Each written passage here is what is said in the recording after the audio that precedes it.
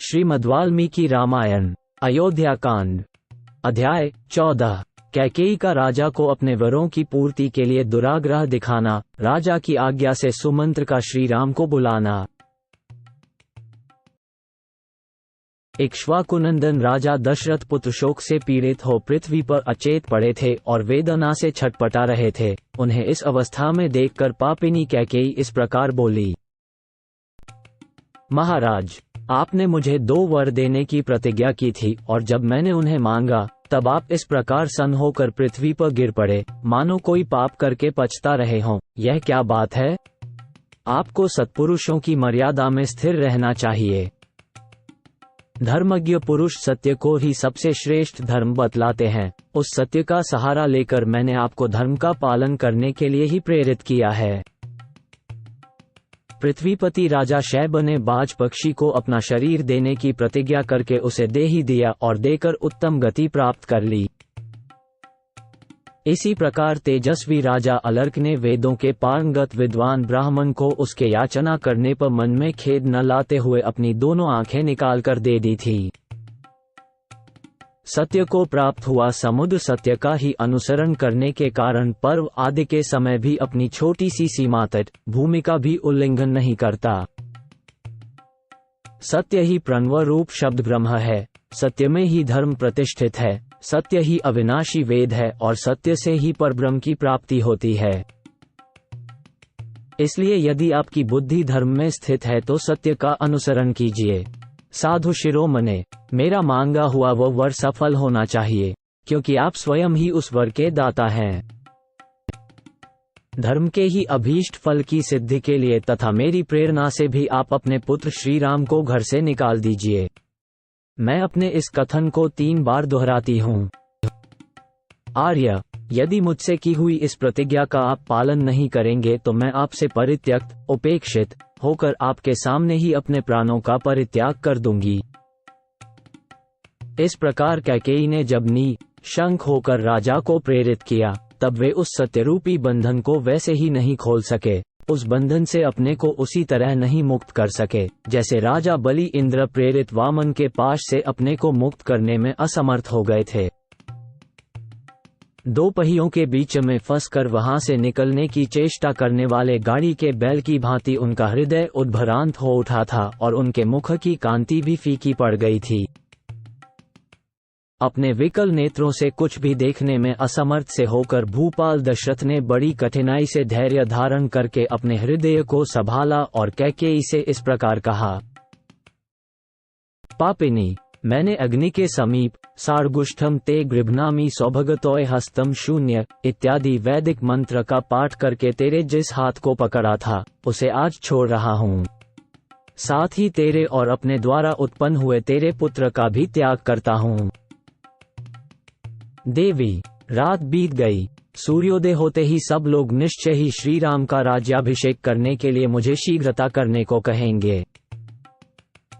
उस समय जो सामान श्रीराम के अभिषेक के लिए जुटाया गया है उसके द्वारा मेरे मरने के बाद श्रीराम के हाथ से मुझे जलांजलि दिलवा देना, परंतु अपने पुत्र सहित तू मेरे लिए जलांजलि न देना। पापाचारिणी, यदि तू श्रीराम के अभिषेक में विघ्न डालेगी तो तुझे मेरे लिए जलांजलि देने का कोई अधिकार न होगा। मैं पहले श्रीराम के राज्याभिषेक के समाचार से जो जन समुदाय का हर्षोल्लास से परिपूर्ण उन्नत मुख देख चुका हूँ, वैसा देखने के पश्चात आज पुनः उसी जनता के हर्ष और आनंद से शून्य नीचे लटके हुए मुख को मैं नहीं देख सकूंगा। महात्मा राजा दशरथ के कैकेयी से इस तरह की बातें करते करते ही चंद्रमा और नक्षत्रमालाओं से अलंकृत वह पुण्यमयी रजनी बीत गई और प्रभात काल आ गया।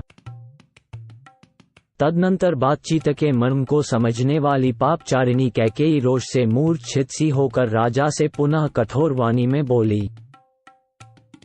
राजन, आप विष और शूल आदि रोगों के समान कष्ट देने वाले ऐसे वचन क्यों बोल रहे हैं? इन बातों से कुछ होने जाने वाला नहीं है। आप बिना किसी क्लेश के अपने पुत्र श्रीराम को यहाँ बुलवाइए।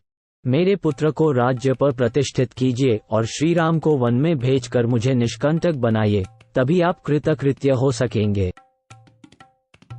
तीखे कोड़े की मार से पीड़ित हुए उत्तम अश्व की भांति कैकेयी द्वारा बारंबार प्रेरित होने पर व्यथित हुए राजा दशरथ ने इस प्रकार कहा, मैं धर्म के बंधन में बंधा हुआ हूँ। मेरी चेतना लुप्त होती जा रही है। इसलिए इस समय मैं अपने धर्मपरायण परम प्रिय ज्येष्ठ पुत्र श्रीराम को देखना चाहता हूँ।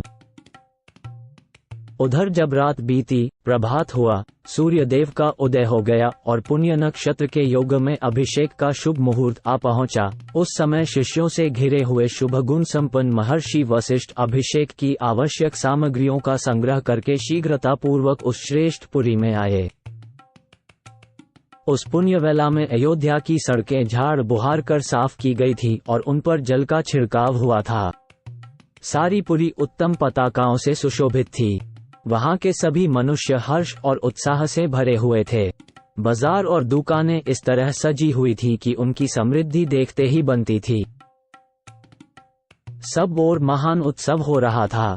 सारी नगरी श्री रामचंद्र जी के अभिषेक के लिए उत्सुक थी। चारों ओर चंदन, अगर और धूप की सुगंध व्याप्त हो रही थी। इंद्रनगरी अमरावती के समान शोभा पाने वाली उस पुरी को पार करके श्री मां वशिष्ठ जी ने राजा दशरथ के अंतपुर का दर्शन किया, जहां सहस्रों ध्वजाएं फहरा रही थीं। नगर और जनपद के लोग वहां भरे हुए थे। बहुत से ब्राह्मण उस स्थान की शोभा बढ़ाते थे। छड़ीदार राजसेवक तथा सजे सजाए सुंदर घोड़े वहां अधिक संख्या में उपस्थित थे। श्रेष्ठ महर्षियों से घिरे हुए वशिष्ठ जी परम प्रसन्न हो उस अंतपुर में पहुंचकर उस जन समुदाय को लांघकर आगे बढ़ गए। वहां उन्होंने महाराज के सुंदर सचिव तथा सारथी सुमंत्र को अंतपुर के द्वार पर उपस्थित देखा, जो उसी समय भीतर से निकले थे। तब महातेजस्वी वशिष्ठ ने परम चतुर सूत पुत्र सुमंत्र से कहा, सूत, तुम महाराज को शीघ्र ही मेरे आगमन की सूचना दो। उन्हें बताओ कि श्रीराम के राज्याभिषेक के लिए सारी सामग्री एकत्र कर ली गई है। ये गंगा जल से भरे कलश रखे हैं। इन सोने के कलशों में समुद्रों से लाया हुआ जल भरा हुआ है। ये गूल की लकड़ी का बना हुआ भद्रपीठ है, जो अभिषेक के लिए लाया गया है। इसी पर बिठाकर श्रीराम का अभिषेक होगा। सब प्रकार के बीज, गंध, भांति भांति के रत्न, मधु, दही, घी, लावा या खील, कुश, फूल, दूध, 8 सुंदरी कन्याएं, मत्त गजराज, 4 घोड़ों वाला रथ, चमचमाता हुआ खड्ग, उत्तम धनुष, मनुष्यों द्वारा धोई जाने वाली सवारी, पालकी आदि, चंद्रमा के समान श्वेत छत्र, सफेद चंवर, सोने की झारी, सुवर्ण की माला से अलंकृत ऊंचे डील वाला श्वेत पीतवर्ण का वृषभ, 4 दाढ़ों वाला सिंह, महाबलवान उत्तम अश्व, सिंहासन, व्याघ्र चर्म, समिधाएं, अग्नि, सब प्रकार के बाजे, वारंगनाएं, श्रृंगार युक्त सौभाग्यवती स्त्रियां, आचार्य, ब्राह्मण, गौ, पवित्र पशु पक्षी, नगर और जनपद के श्रेष्ठ पुरुष, अपने सेवक गणों सहित प्रसिद्ध व्यापारी, ये तथा और भी बहुत से प्रियवादी मनुष्य बहुसंख्यक राजाओं के साथ प्रसन्नतापूर्वक श्रीराम के अभिषेक के लिए यहाँ उपस्थित हैं। 35-41 तुम महाराज से शीघ्रता करने के लिए कहो, जिससे अब सूर्योदय के पश्चात पुष्य नक्षत्र के योग में श्री राम राज्य प्राप्त कर लें। वशिष्ठ जी के ये वचन सुनकर महाबली सूत पुत्र सुमंत्र ने राज सिंह दशरथ की स्तुति करते हुए उनके भवन में प्रवेश किया। राजा का प्रिय करने की इच्छा रखने वाले और उनके द्वारा सम्मानित द्वारपाल उन बूढ़े सचिव को भीतर जाने से रोक न सके, क्योंकि उनके लिए पहले से ही महाराज की आज्ञा थी कि ये किसी समय भी भीतर आने से रोके न जाए। सुमंत्र राजा के पास जाकर खड़े हो गए। उन्हें उनकी उस अवस्था का पता नहीं था, इसलिए वे अत्यंत संतोषदायक वचनों द्वारा उनकी स्तुति करने को उद्यत हुए। सूत सुमंत्र राजा के उस महल में पहले की ही भांति हाथ जोड़कर उन महाराज की स्तुति करने लगे। महाराज, जैसे सूर्योदय होने पर तेजस्वी समुद्र स्वयं हर्ष की तरंगों से उल्लसित हो उसमें स्नान की इच्छा वाले मनुष्यों को आनंदित करता है, उसी प्रकार आप स्वयं प्रसन्न हो प्रसन्नतापूर्ण हृदय से हम सेवकों को आनंद प्रदान कीजिए। देवसारथी मातली ने इसी बेला में देवराज इंद्र की स्तुति की थी, जिससे उन्होंने समस्त दानवों पर विजय प्राप्त कर ली। उसी प्रकार मैं भी स्तुति वचनों द्वारा आपको जगा रहा हूँ। छहों अंगों सहित चारों वेद तथा समस्त विद्याएं जैसे स्वयंभू भगवान ब्रह्मा को जगाती हैं, उसी प्रकार आज मैं आपको जगा रहा हूँ।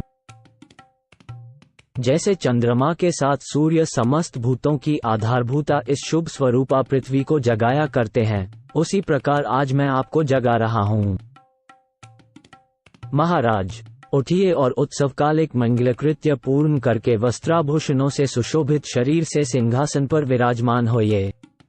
फिर मेरु पर्वत से ऊपर उठने वाले सूर्यदेव के समान आपकी शोभा होती रहे।